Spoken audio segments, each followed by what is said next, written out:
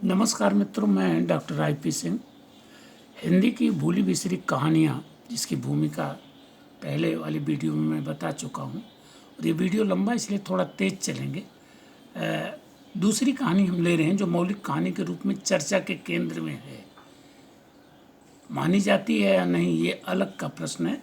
11 वर्ष का समय, श्री रामचंद्र शुक्ल, 1903 ईस्वी, सरस्वती। यहाँ ध्यान रखें कि शुक्ल जी के साथ श्री लगाया गया क्योंकि शुक्ल जी अपने उस समय लेखन के आरंभिक चरण में थे और तब उनकी पहचान वह नहीं बनी थी जिसके लिए वो जाने जाते हैं। तो कहानी देखते हैं। दिन भर बैठे बैठे मेरे सिर में पीड़ा उत्पन्न हुई। मैं अपने स्थान से उठा और अपने एक नए एकांतवासी मित्र के यहाँ मैंने जाना विचारा। जाकर मैंने देखा तो वे ध्यानमग्न सिर नीचा किए हुए कुछ सोच रहे थे। मुझे यह देखकर कुछ आश्चर्य नहीं हुआ क्योंकि यह कोई नई बात न थी। उन्हें थोड़े ही दिन पूर्व से इस देश में आए हुआ है। नगर में उनसे मेरे सिवाय और किसी से विशेष जान पहचान नहीं है और न वह विशेषता किसी से मिलते जुलते ही हैं। केवल मुझसे, मेरे भाग्य से वे मित्र भाव रखते हैं। उदास तो वे हर समय रहा करते हैं। कई बार उनसे मैंने इस उदासीनता का कारण पूछा भी, किंतु मैंने देखा कि उसके प्रकट करने में उन्हें एक प्रकार का दुख सा होता है। इसी कारण मैं विशेष पूछताछ नहीं करता। मैंने पास जाकर कहा, मित्र, आज तुम बहुत उदास जान पड़ते हो। थोड़ी दूर तक घूमा में चित्त बहल जाएगा। वो तुरंत खड़े हो गए और कहा, चलो मित्र, मेरा भी यही जी चाहता है। मैं तो तुम्हारे यहाँ जाने वाला था। हम दोनों उठे और नगर से पूर्व की ओर का मार्ग लिया। मार्ग के दोनों ओर की कृषि संपन्न भूमि की शोभा का अनुभव करते और हरियाली के विस्तृत राज्य का अवलोकन करते हम लोग चले। दिन का अधिकांश विशेष था, इससे चित्त को स्थिरता थी। पावस की जरावस्था थी, इससे ऊपर से भी किसी प्रकार के अत्याचार की संभावना न थी। प्रस्तुत ऋतु की प्रशंसा भी हम दोनों बीच बीच में करते जाते थे। आहा, ऋतु में उदारता का अभिमान यही कर सकता है। दीन कृषकों को अन्नदान और सूर्य तप पृथ्वी को वस्त्र दान देकर यश का भागी यही होता है। इसे तो कवियों की काउंसिल से राय बहादुर की उपाधि मिलनी चाहिए। यद्यपि पावस की युवावस्था का समय नहीं है, किंतु उसके यश की ध्वजा फहरा रही है। स्थान स्थान पर प्रसन्न सलिल पूर्णताल अद्यापि उसकी पूर्व उदारता का परिचय दे रहे हैं। एतादृश भावों की उलझन में पड़कर हम लोगों का ध्यान मार्ग की शुद्धता की ओर न रहा। हम लोग नगर से बहुत दूर निकल गए। देखा तो शनैः शनैः भूमि में परिवर्तन लक्षित होने लगा। अरुणता मिश्रित पहाड़ी रेतीली भूमि, जंगली बैर, मकोई की छोटी छोटी कंटक में झाड़ियाँ दृष्टि के अंतर्गत होने लगी। अब हम लोगों को जान पड़ा कि हम दक्षिण की ओर झुके जा रहे हैं। संध्या भी हो चली। दिवाकर की डूबती हुई किरणों की अरुण आभा झाड़ियों पर पड़ने लगी। इधर प्राची की ओर दृष्टि गई। देखा तो चंद्रदेव पहले इसे सिंहासनारूढ़ होकर एक पहाड़ी के पीछे से झांक रहे थे। अब हम लोग कह नहीं सकते कि किस स्थान पर है। एक पगडंडी के आश्रय अब तक हम लोग चल रहे थे, जिस पर उगी हुई घास इस बात की शपथ खा के साक्षी दे रही थी कि वर्षों से मनुष्यों के चरण इस ओर नहीं पड़े हैं। कुछ दूर चलकर यह मार्ग भी तृण सागर में लुप्त हो गया। इस समय क्या कर्तव्य? चित्त इसी के उत्तर की प्रतीक्षा में लगा। अंत में यह विचार स्थिर हुआ कि किसी खुले स्थान से चारों ओर देखकर यह ज्ञान प्राप्त हो सकता है कि हम लोग अमुक स्थान पर है। दैवात सम्मुख एक ऊंची पहाड़ी दिख पड़ी। उसी को इस कार्य के उपयुक्त स्थान हम लोगों ने विचारा। ज्यों त्यों करके पहाड़ी के शिखर तक हम लोग गए। ऊपर आते ही भगवती जहनुन नंदिनी के दर्शन हुए। नेत्र तो सफल हुए, इतने में चारों हासिनी चंद्रिका भी अट्टहास करके खिल पड़ी। उत्तर पूर्व की ओर दृष्टि गई। विचित्र दृश्य सम्मुख उपस्थित हुआ। जाह्नवी के तट से कुछ अंतर पर नीचे मैदान में बहुत दूर गिरे हुए मकानों के ढेर सूक्ष्म चंद्रिका में स्पष्ट रूप से दिखाई दिए। मैं सहसा चौंक पड़ा और ये शब्द मेरे मुख से निकल पड़े, क्या यह वही खंडहर है जिसके विषय में यहाँ अनेक दंत कथाएं प्रचलित हैं?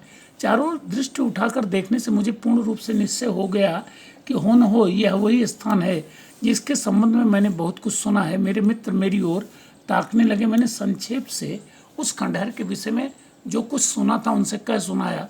हम लोगों के चित्त में कौतूहल की उत्पत्ति हुई। उसको निकट से देखने की प्रबल इच्छा ने ज्ञान मार्ग की व्यग्रता को हृदय से बहिर्गत कर दिया। उत्तर की ओर उतरना बड़ा दुष्कर प्रतीत हुआ, क्योंकि जंगली वृक्षों और कंटक में झाड़ियों से पहाड़ी का वह भाग आच्छादित था। पूर्व की ओर से हम लोग सुगमता पूर्वक नीचे उतरे। यहाँ से खंडहर लगभग 1.5 मील के प्रतीत होता था। हम लोगों ने पैरों को उसी ओर मोड़ा। मार्ग में घुटनों तक उगी हुई घास पग पग पर बाधा उपस्थित करने लगी, किंतु अधिक विलंब तक यह कष्ट हम लोगों को भोगना न पड़ा, क्योंकि आगे ही चलकर फूटे हुए खपड़ैलों की सिटकियाँ मिलने लगी। इधर उधर गिरी हुई दीवारें और मिट्टी के ढूंढ प्रत्यक्ष होने लगे। हम लोगों ने जाना कि अब यहीं से खंडहर आरंभ हैं। दीवारों की मिट्टी से स्थान क्रमशः ऊंचा होता जाता था, जिस पर से होकर हम लोग निर्भय जा रहे थे। इस निर्भयता के लिए हम लोग चंद्रमा के प्रकाश के भी अनुग्रहित हैं। सम्मुख ही एक देव मंदिर पर दृष्टि जा पड़ी, जिसका कुछ भाग तो नष्ट हो गया था, किंतु शेष प्रस्तर विनिर्मित होने के कारण अब तक क्रूर काल के आक्रमण को सहन करता आया था। मंदिर का द्वार ज्यों का त्यों खड़ा था, किवाड़ सट गए थे। भीतर भगवान भवानीपति बैठे निर्जन कैलाश का आनंद ले रहे थे। द्वार पर उनका नंदी भी बैठा था। मैं तो प्रणाम करके वहां से हटा, किंतु देखा तो हमारे मित्र बड़े ध्यान से खड़े हो उस मंदिर की ओर देख रहे हैं और मन ही मन कुछ सोच रहे हैं। मैंने मार्ग में भी कई बार लक्ष्य किया था कि वे कभी कभी ठिठक जाते और किसी वस्तु को बड़ी स्थिर दृष्टि से देखने लगते। मैं खड़ा हो गया और पुकार कर मैंने कहा, कहो मित्र, क्या है, क्या देख रहे हो? मेरी बोली सुनते हुए झट मेरे पास दौड़ आए और कहा, कुछ नहीं, यूं ही मैं मंदिर देखने लगा था। मैंने फिर तो कुछ न पूछा, किंतु अपने मित्र के मुख की ओर देखता जाता था, जिस पर कि विस्मय युक्त एक अद्भुत भाव लक्षित होता था। इस समय खंडहर के मध्य भाग में हम लोग खड़े थे। मेरा हृदय इस स्थान को इस अवस्था में देख विदीर्ण होने लगा। प्रत्येक वस्तु से उदासी बरस रही थी। इस संसार की अनित्यता की सूचना मिल रही थी। इस करुणोत्पादक दृश्य का प्रभाव मेरे हृदय पर किस सीमा तक हुआ, शब्दों द्वारा अनुभव करना असंभव है। कहीं सड़े हुए किवाड़ भूमि पर पड़े प्रचंड काल को साष्टांग दंडवत कर रहे हैं। जिन घरों में किसी अपरिचित की परछाई पड़ने से कुल की मर्यादा भंग होती थी, वे भीतर से बाहर तक खुले पड़े हैं। रंग बिरंगी चूड़ियों के टुकड़े इधर उधर काल की महिमा गा रहे हैं। मैंने इनमें से एक को हाथ में उठाया। उठाते ही यह प्रश्न उपस्थित हुआ कि वे कोमल हाथ कहाँ हैं जो इन्हें धारण करते थे। हाँ, यही स्थान किसी समय नर नारियों के आमोद प्रमोद से पूर्ण रहा होगा और बालकों के कल्लोल की ध्वनि चारों ओर से आती रही होगी। वही आज कराल काल के कठोर दंतों के तले पिसकर चकनाचूर हो गया है। तीनों से आच्छादित गिरी हुई दीवारें, मिट्टी और ईंटों के ढूंढ, टूटे फूटे चौखटे और किवाड़ इधर उधर पड़े एक स्वर से मानो पुकार के कह रहे थे, दिनन को फेर होत, मेर होत माटी को। प्रत्येक पार्श्व से मानो यही ध्वनि आ रही थी। मेरे हृदय में करुणा का एक समुद्र उमड़ा, जिसमें मेरे विचार संमग्न होने लगे। मैं एक स्वच्छ शिला पर, जिसका कुछ भाग तो पृथ्वी तल में धंसा था और शेषांक बाहर था, बैठ गया। मेरे मित्र भी आकर मेरे पास बैठे। मैं तो बैठे बैठे काल चक्र की गति पर विचार करने लगा। मेरे मित्र भी किसी विचार ही में डूबे थे, किंतु मैं नहीं कह सकता कि वह क्या था।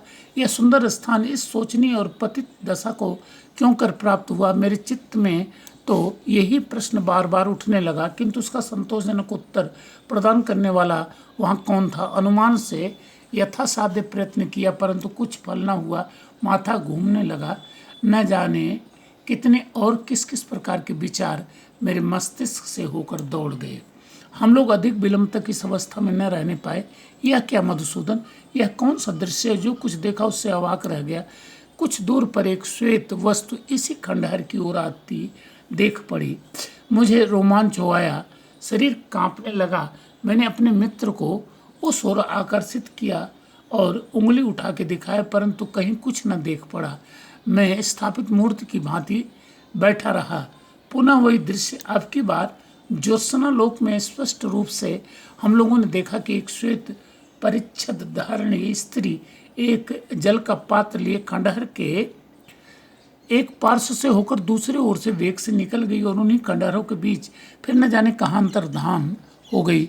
इस अदृष्टपूर्व व्यापार को देख मेरे मस्तक में पसीना आ गया और कई प्रकार के भ्रम उत्पन्न होने लगे। विधाता, तेरी सृष्टि में न जाने कितनी अद्भुत अद्भुत वस्तु मनुष्य की सूक्ष्म विचार दृष्टि से वंचित पड़ी है।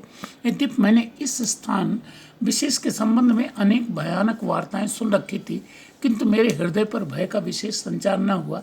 हम लोगों को प्रेतों पर भी इतना दृढ़ विश्वास न था, नहीं तो हम लोगों का एक क्षण भी उस स्थान पर ठहरना दुष्कर हो जाता। रात्रि भी अधिक व्यतीत होती जाती थी। हम दोनों को अब यह चिंता हुई कि यह स्त्री कौन है, इसका उचित परिशोध अवश्य लगाना चाहिए।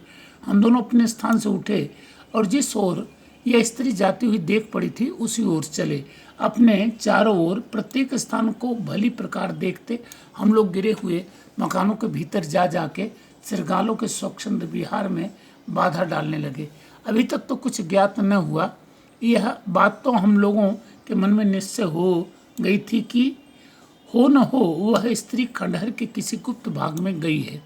गिरी हुई दीवारों की मिट्टी और ईंटों के ढेर से इस समय हम लोग परिवृत्त थे। बाह्य जगत की कोई वस्तु दृष्टि के अंतर्गत न थी। हम लोगों को जान पड़ता था कि किसी दूसरे संसार में खड़े हैं। वास्तव में खंडहर के एक भयानक भाग में इस समय हम लोग खड़े थे। सामने एक बड़ी ईंटों की दीवार देख पड़ी जो औरों की अपेक्षा अच्छी दशा में थी। इसमें एक खुला हुआ द्वार था।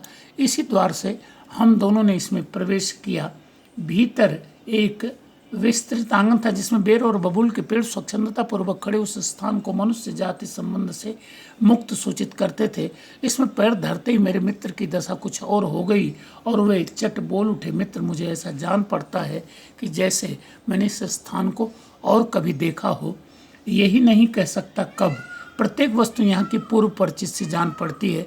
मैं अपने मित्र की ओर ताकने लगा।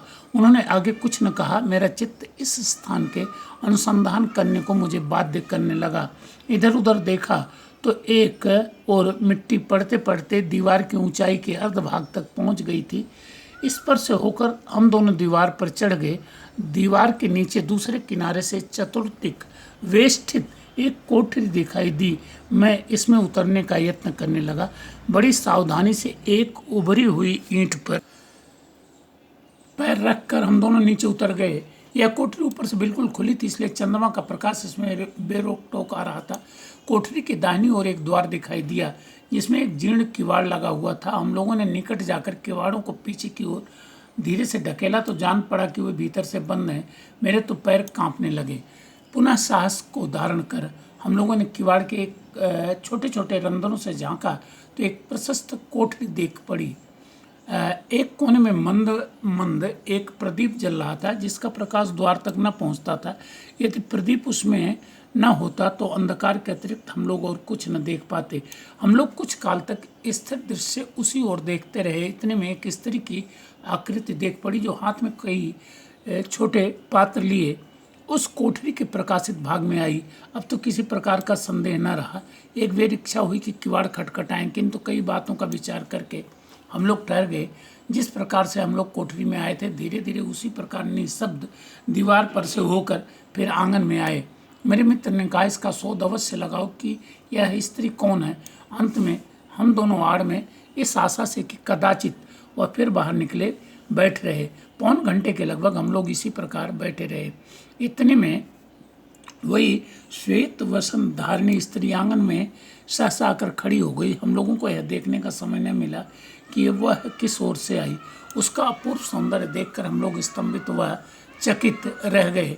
चंद्रिका में उसके सर्वांग की सुंदरता स्पष्ट जान पड़ती थी। गौरवर्ण शरीर किंचित क्षीण और आभूषणों से सर्वथा रहित मुख उसका, यद्यपि उस पर उदासीनता और शोक का स्वामी निवास लक्षित होता था, एक अलौकिक प्रशांत कांति से देदीप्यमान हो रहा था। सौम्यता उसके अंग अंग से प्रदर्शित होती थी। वह साक्षात देवी जान पड़ती थी।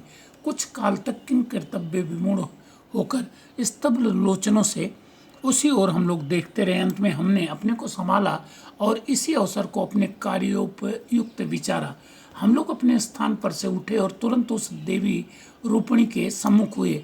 वह देखते ही वेग से पीछे हटी। मेरे मित्र ने गिड़गिड़ा कर कहा, देवी डिठाई क्षमा करो, मेरे भ्रमों का निवारण करो। वह स्त्री क्षण भर तक चुप रही, फिर स्निग्ध और गंभीर स्वर से बोली, तुम कौन हो और क्यों मुझे कष्ट देते हो?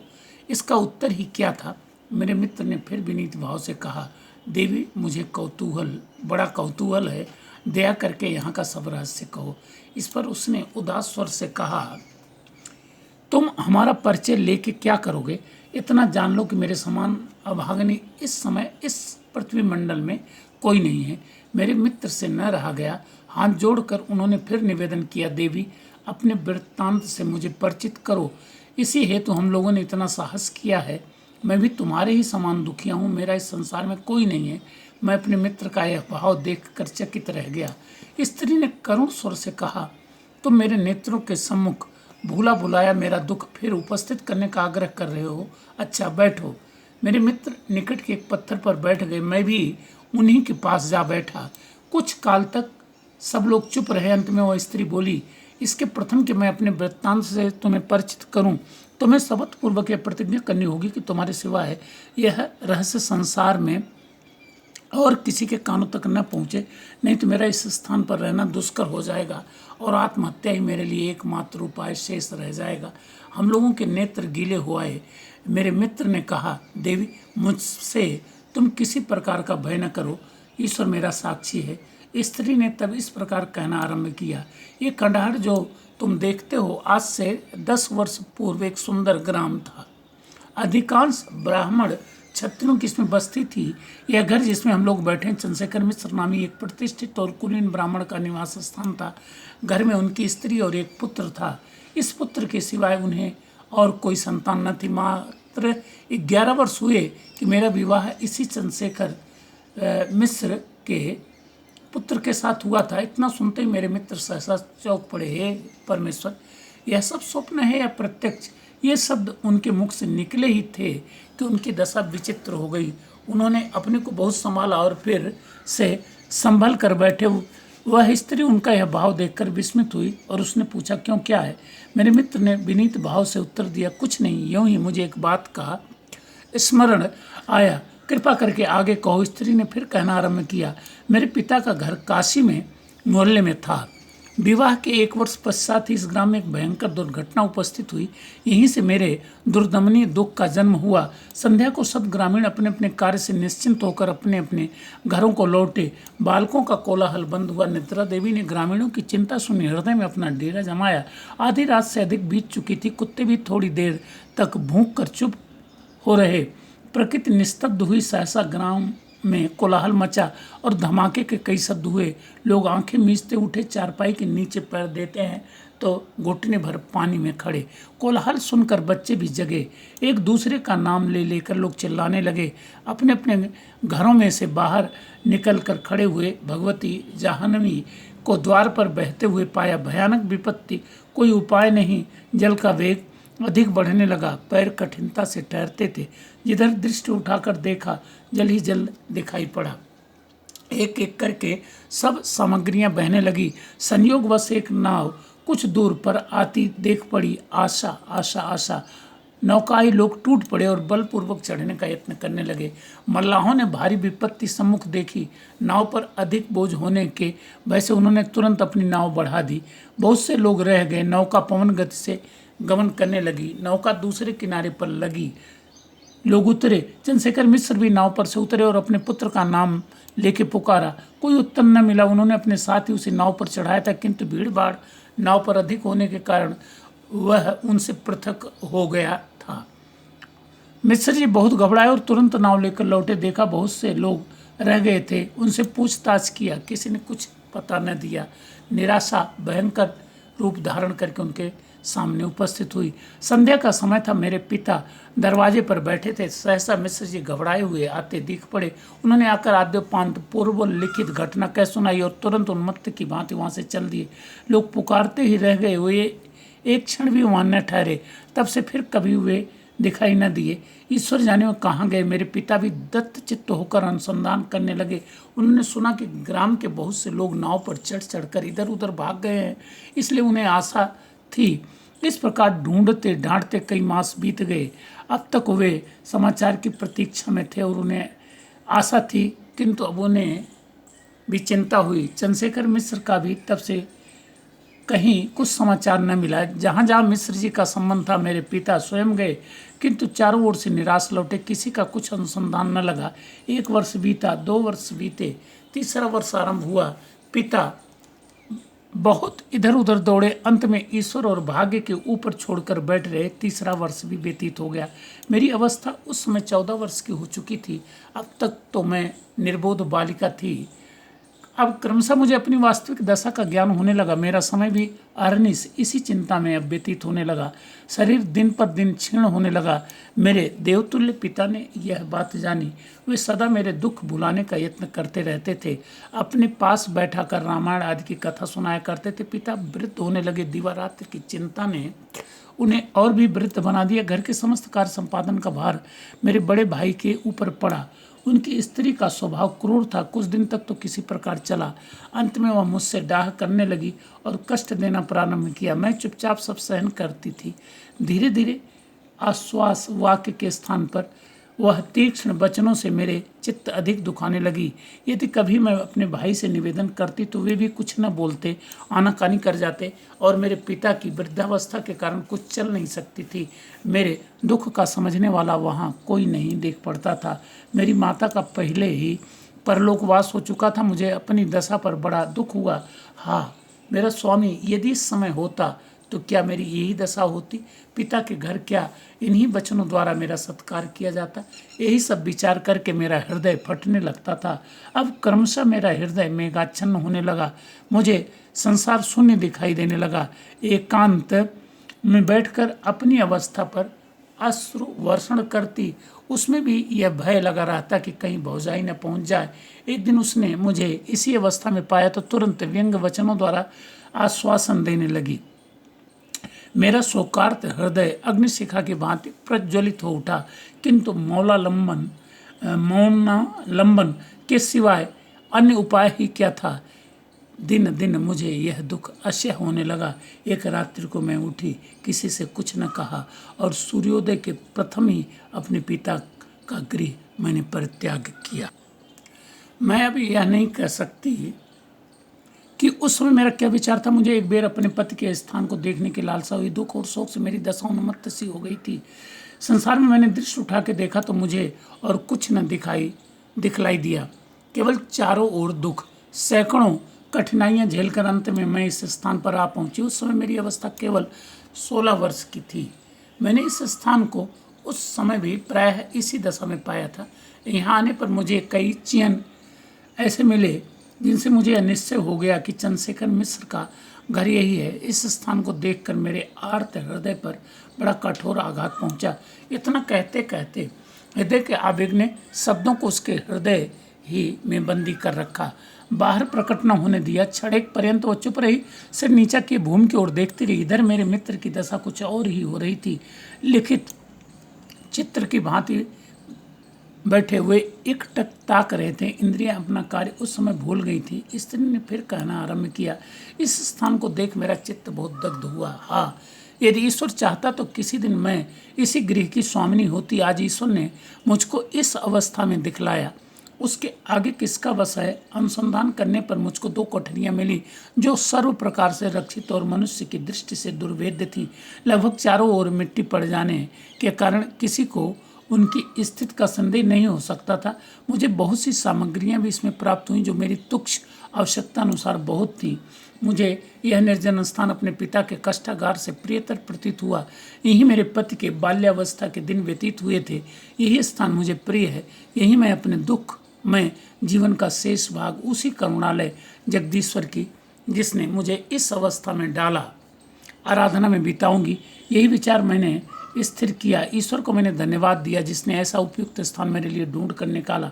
कदाचित तुम पूछोगे कि इस अभागिनी ने अपने लिए इस प्रकार का जीवन क्यों उपयुक्त विचारा, तो उसका उत्तर है कि यह दुष्ट संसार भांति भांति की वासनाओं से पूर्ण है। जो मनुष्य को उसके सत्य पक्ष से विचलित कर देती है। दुष्ट और कुमार्गी लोगों के अत्याचार से वंचित रहना भी कठिन कार्य। इतना कह के वह स्त्री ठहर गई। मेरे मित्र की ओर उसने देखा। वे कुछ मिनट तक काष्ठ पुतलिका की भांति बैठे रहे। अंत में एक लंबी ठंडी सांस भर के उन्होंने कहा, ईश्वर, यह स्वप्न है या प्रत्यक्ष? स्त्री उनका यह भाव देख कर विस्मित हो रही थी। उसने पूछा, क्यों, कैसा चित्त है? मेरे मित्र ने अपने को संभाला और उत्तर दिया, तुम्हारी कथा का प्रभाव मेरे चित्त पर बहुत हुआ है, कृपा करके आगे कहो। स्त्री ने कहा, मुझे अब कुछ कहना शेष नहीं है। आज 5 वर्ष मुझे इस स्थान पर आए हुए संसार में किसी मनुष्य को आज तक यह प्रकट नहीं हुआ। यहाँ प्रेतों के भय से कोई पदार्पण नहीं करता। इससे मुझे अपने को गोपन रखने में विशेष कठिनता नहीं पड़ती। संयोगवश रात्रि में किसी की दृष्टि यदि मुझ पर पड़ी भी तो चुड़ैल के भ्रम से मेरे निकट तक आने का किसी को साहस न हुआ। आज प्रथम ऐसा संयोग उपस्थित हुआ है। तुम्हारे साहस को मैं सराहती हूँ और प्रार्थना करती हूँ कि तुम अपने शपथ पर दृढ़ रहोगे। संसार में अब मैं प्रकट होना नहीं चाहती। प्रकट होने से मेरी बड़ी दुर्दशा होगी। मैं यहीं अपने पति के स्थान पर अपना जीवन शेष करना चाहती हूँ। इस संसार में मैं बहुत दिन न रहूँगी। मैंने देखा मेरे मित्र का चित्त भीतर ही आकुल और संतप्त हो रहा था। हृदय का वेग रोक कर उन्होंने प्रश्न किया, क्यों, तुम्हें अपने पति का कुछ स्मरण है? स्त्री के नेत्रों से अनर्गल वारिधारा प्रवाहित हुई। बड़ी कठिनतापूर्वक उसने उत्तर दिया, मैं उस समय बालिका थी। विवाह के समय मैंने उन्हें देखा था। वह मूर्ति अद्यापि मेरे हृदय मंदिर में विद्यमान है। प्रचंड काल भी उसको वहाँ से हटाने में असमर्थ है। मेरे मित्र ने कहा, देवी, तुमने बहुत कुछ रहस्य प्रकट किया। जो कुछ शेष है उसका वर्णन कर अब मैं इस कथा की पूर्ति करता हूँ। स्त्री विस्मयोत्फुल्ल लोचनों से मेरे मित्र की ओर निहारने लगी। मैं भी आश्चर्य से उन्हीं की ओर देखने लगा। उन्होंने कहना आरंभ किया, इस आख्यायिका में यही ज्ञात होना शेष है कि चंद्रशेखर मिश्र के पुत्र की क्या दशा हुई। चंद्रशेखर मिश्र और उनकी पत्नी क्या हुए, सुनो। नाव पर मिश्र जी ने अपने पुत्र को अपने साथ ही बैठाया। नाव पर भीड़ अधिक हो जाने के कारण वो उनसे पृथक हो गया। उन्होंने समझा कि वह नाव पर ही है, कोई चिंता नहीं। इधर मनुष्यों की धक्का मुक्की से वह लड़का नाव पर से नीचे जा रहा। ठीक उसी समय मल्लाह ने नाव खोल दी। उसने कई बार अपने पिता को पुकारा, किंतु लोगों के कोलाहल में उन्हें कुछ सुनाई न दिया। नाव चली गई। बालक वहीं खड़ा रह गया और लोग किसी प्रकार अपना अपना प्राण लेके इधर उधर भागे। नीचे भयानक जल प्रवाह, ऊपर अनंत आकाश। लड़के ने एक छप्पर को बहते हुए अपनी ओर आते देखा। तुरंत वह उसी पर बैठ गया। इतने में जल का एक बहुत ऊंचा प्रबल झोंका आया। छप्पर लड़के सहित शीघ्र गति से बहने लगा। वह चुपचाप मूर्तिवत उसी पर बैठा रहा। उसे यह ध्यान नहीं रहा कि इस प्रकार कई दिन तक वह बहता गया। वह भय और दुविधा से संज्ञाहीन हो गया था। संयोगवश एक व्यापारी की नाव, जिस पर रुई लदी थी, पूरब की ओर जा रही थी। नौका का स्वामी भी बजरे ही पर था। उसकी दृष्टि उस लड़के पर पड़ी। वह उसे नाव पर ले गया। लड़के की अवस्था उस समय मृत प्राय थी। अनेक यत्न के उपरांत वह होश में लाया गया। उस सज्जन ने लड़के की नाव पर बड़ी सेवा की। नौका बराबर चलती रही, बीच में कहीं न रुकी। कई दिनों के उपरांत वह कलकत्ते पहुंची। वह बंगाली सज्जन उस लड़के को अपने घर पर ले गया और उसे अपने परिवार में सम्मिलित किया। बालक ने अपने माता पिता को देखने की इच्छा प्रकट की। उसने उसे बहुत समझाया और शीघ्र अनुसंधान करने का वचन दिया। लड़का चुप हो गया। इस प्रकार कई मास व्यतीत हो गए। क्रमशः वो अपने पास के लोगों से हिल मिल गया। बंगाली महाशय के एक पुत्र था। दोनों में भ्रातृस्नेह स्थापित हो गया। वह सज्जन उस लड़के के भावी हित की चेष्टा में तत्पर हुआ। ईस्ट इंडिया कंपनी के स्थापित किए हुए एक अंग्रेजी स्कूल में अपने पुत्र के साथ साथ उसे भी वह शिक्षा देने लगा। क्रमशः उसे अपने घर का ध्यान कम होने लगा। वह दत्त चित्त होकर शिक्षा में अपना सारा समय देने लगा। इसी प्रकार कई वर्ष व्यतीत हो गए। उसके चित्त में अब अन्य प्रकार के विचारों ने निवास किया। अब पूर्व परिचित लोगों के ध्यान के लिए उसके मन में कम स्थान शेष रहा। मनुष्य का स्वभाव इस प्रकार का है। 9 वर्ष का समय निकल गया। इसी बीच एक बड़ी चित्राकर्षक घटना उपस्थित हुई। बंगदेशी सज्जन के उस पुत्र का विवाह हुआ। चंद्रशेखर का पुत्र भी उस समय वहाँ उपस्थित था। उसने सब देखा। दीर्घ काल कर निद्रा भंग हुई। सासों से ध्यान हो आया, मेरा भी विवाह हुआ है, अवश्य हुआ है। उसे अपने विवाह का बारंबार ध्यान आने लगा। अपनी पाणिग्रहिता भार्या का भी उसे स्मरण हुआ। स्वदेश में लौटने को उसका चित्त आकुल होने लगा। दिन रात इसी चिंता में व्यतीत होने लगे। हमारे कतिपय पाठक हम पर दोषारोपण करेंगे कि है न कभी साक्षात हुआ, न वार्तालाप हुआ, न लंबी लंबी कोर्टशिप हुई। ये प्रेम कैसा महाशय, रुष्ट न होजिए। इस अदृष्ट प्रेम का धर्म और कर्तव्य से घनिष्ठ संबंध, इसकी उत्पत्ति केवल सदाशय और निस्वार्थ हृदय में ही हो सकता है। इसकी जड़ संसार के और प्रकार के प्रचलित प्रेमों से दृढ़तर और अधिक प्रशस्त है। आपको संतुष्ट करने को मैं इतना और कह देता हूं कि इंग्लैंड के भूतपूर्व प्रधानमंत्री लॉर्ड ऑफ वेकेंसफील्ड का भी यही मत था। युवक का चित्त अधिक डामाडोल होने लगा। एक दिन उसने उस देवतुल्य सज्जन पुरुष से अपने चित्त की अवस्था प्रकट की और बहुत विनय के साथ विदा मांगी। आज्ञा पाकर उसने स्वदेश की ओर यात्रा की। देश में आने पर उसे विदित हुआ कि ग्राम में अब कोई नहीं है। उसने लोगों से अपने माता पिता के विषय में पूछताछ किया। कुछ लोगों ने कहा कि थोड़े दिन हुए वे दोनों इस नगर में थे और अब वे तीर्थ स्थानों में देशाटन कर रहे हैं। वह अपनी धर्मपत्नी के दर्शनों की अभिलाषा से सीधे काशी गया। वहाँ तुम्हारे पिता के घर का वह अनुसंधान करने लगा। बहुत दिनों के पश्चात तुम्हारे ज्येष्ठ भ्राता से उससे साक्षात हुआ, जिससे तुम्हारे संसार से लोप हो जाने की बात ज्ञात हुई और निराश होकर संसार में घूमने लगा। इतना कहकर मेरे मित्र चुप हो रहे। इधर शेष भाग सुनने को हम लोगों का चित्त उब रहा था। आश्चर्य से उन्हीं की ओर हम ताक रहे थे। उन्होंने फिर उस स्त्री की ओर देखकर कहा, कदाचित तुम पूछोगे कि इस समय अब वह कहाँ है। यह वही अभागा मनुष्य तुम्हारे सम्मुख बैठा है। हम दोनों के शरीर में बिजली सी दौड़ गई। वह स्त्री भूमि पर गिरने लगी। मेरे मित्र ने दौड़कर उसको संभाला। वह किसी प्रकार उन्हीं के सहारे बैठी। कुछ क्षण के उपरांत उसने बहुत धीमे स्वर से मेरे मित्र से कहा, अपना हाथ दिखाओ। उन्होंने चट अपना हाथ फैला दिया, जिस पर एक काला तिल दिखाई दिया। स्त्री कुछ काल तक उसी की ओर देखती रही, फिर मुख ढांप कर सिर नीचा करके बैठ गई। लज्जा का प्रवेश हुआ, क्योंकि यह एक हिंदू रमणी का उसके पति के साथ प्रथम संयोग था। आज इतने दिनों के उपरांत मेरे मित्र का गुप्त रहस्य प्रकाशित हुआ। उस रात्रि को मैं अपने मित्र का खंडहर में अतिथि रहा। सवेरा होते ही हम सब प्रसन्न चित्त नगर में आए। तो मित्रों, यह दूसरी कहानी अच्छा लगे तो सब्सक्राइब करें, लाइक करें और अपने मित्रों को भी सूचित करें। Thank you.